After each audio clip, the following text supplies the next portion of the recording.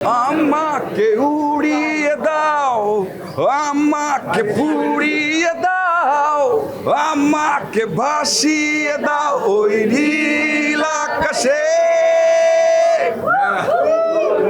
Rockstar নিয়ে যেটা প্রথমে বলতে চাই সেটা হচ্ছে আমরা আমাদের মানে থাকে না যে হৃদয়ে দিয়ে প্রত্যেকটা গান বানিয়েছি, এমন না যে আসলে গান শুধুমাত্র গান গাওয়ার জন্য, এমন না যে শুধুমাত্র গানের জন্য গান বানিয়েছি। প্রত্যেকটা গান আসলে যে অনেক সাধনার ফসল এই গানগুলো, এবং আমি জানি না ধরেন খারাপ লাগুক ভালো লাগুক এটা আপেক্ষিক, কিন্তু আমার মনে হয় প্রত্যেকটা গান আপনার সাথে ক্যারি করবে, গানটা আপনার সাথে থাকবে এবং এরকম, এবং এটা সাকিব খান করেছে, এটা মানে এটা চেরি অন টপ আর কি। গানগুলো যদি সাকিব খান না করতো তাও আমি বলতাম এগুলো আমার সবগুলো গান আমার প্রিয়। সাকিব খান করছে তার মানে এটা আরও স্পেশাল, যে কারণ হচ্ছে এরকম তো আমরা তো চাই আমাদের গান, সুন্দর গান বেশি মানুষ শুনুক।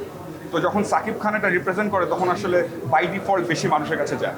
তো এইটা আমার জন্য অনেক প্রাপ্তির, এবং আমি আশা করবো মানুষজন সিনেমাটাও দেখবে, কারণ সিনেমাটা একটা রিয়েল হার্টের স্টোরি বলতেছে, এবং আমরা যেরকম দেখি সিনেমায় হয়তো এরকম না, যে কারণে থাকে না হয়তো চিরাচরিত অ্যাকশন সিন নেই, চিরাচরিত চেসিং থ্রিলিং নাই, কিন্তু একটা এরকম একটা ইউনিক ক্যারেক্টার সাকিব খান করছেন, রুশো বানাইছে, সব কিছু না আমার কাছে এক্সট্রা স্পেশাল। এবং আমার মনে হয় যে সোশ্যাল মিডিয়াটা একটা আজব জায়গা ভাই। সোশ্যাল মিডিয়া হচ্ছে একটা পাবলিক টয়লেটের দেয়ালের মতো, যে আপনি কাউকে থামাইতে পারবেন না। দেয়ালে লেখা পড়ে বিব্রত হয়ে গেলাম আর গেলাম না পাবলিক টয়লেটে।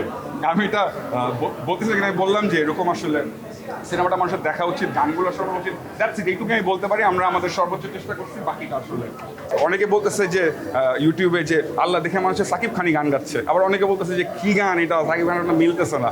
সো আমি যদি নেই আমার দুইটাকেই নিতে হবে, নাহলে কোনোটাকে আমি নিতে পারবো না। সো এখন আপনারা বলেন যে কোনটা রাইট। আরও অনেক সুন্দর সুন্দর গান আছে আসলে। সিনেমা হলে গিয়ে তো দেখা যায় যে একটা অল্প সংখ্যক মানুষ হলে গিয়ে দেখতে পারতেছে। তো আমি আশা করবো রকস্টার টিমের কাছে, রুশোর কাছে, সবার কাছে যে গানগুলো যাতে আসলে আরও ছাড়ে। এবং আমি বললাম না যে আমার একটা কনভিকশন আছে যে প্রত্যেকটা গান আসলে মানে থাকে না হৃদয়গ্রাহী গান, এবং গানগুলো বাংলা লিটারেচারের সাথে যেমন জড়িত, বাংলার গানের সুরের সাথে যেমন জড়িত, মানে এবং it is so original, so rooted in Bangla music. So আমি এটাই বলবো যে গানগুলো নিয়ে আমি এক্সাইটেড, আমি চাই মানুষজন গানগুলো শুনুক।